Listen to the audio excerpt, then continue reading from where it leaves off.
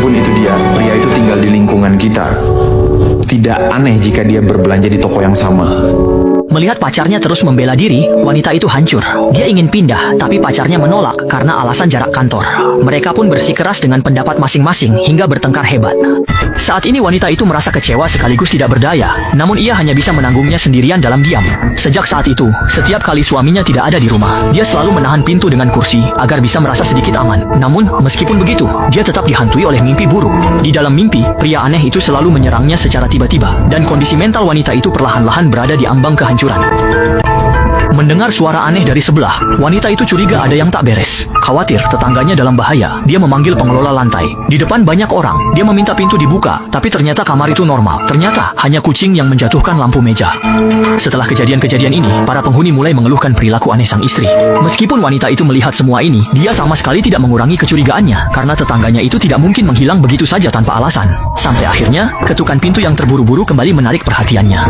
Ternyata, pacar tetangganya datang memeriksa rumah karena tak bisa dihubungi. Anehnya, ponsel tetangganya berdering di dalam kamar. Tapi meski pintu diketuk keras, tak ada jawaban. Wanita itu pun kembali merasa curiga. Halo. Ditemani pria itu, wanita tersebut cemas berjalan ke rumah misterius. Namun, meski pria itu berteriak dan mengetuk pintu, tak ada jawaban. Akhirnya, pria itu pun pergi dengan kesal. Namun, firasat kuat membuat wanita itu tetap tidak bisa tenang, sehingga ia memberanikan diri untuk mengetuk pintu rumah yang aneh itu sekali lagi.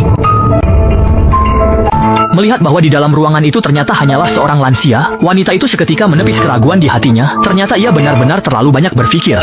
Ia pun segera menekan tombol lift dengan perasaan malu untuk pergi. Namun tak disangka, tepat pada saat itu, sosok aneh tersebut muncul kembali di hadapannya. Tak terasa hari sudah malam, wanita itu masih merasa was-was dengan kejadian tadi, namun tak disangka polisi tiba-tiba mengetuk pintu rumahnya. Coba ucapkan kata-kata tersebut dengan perlahan dan penuh perasaan agar pesan yang ingin disampaikan dapat diterima dengan sangat baik oleh pendengar.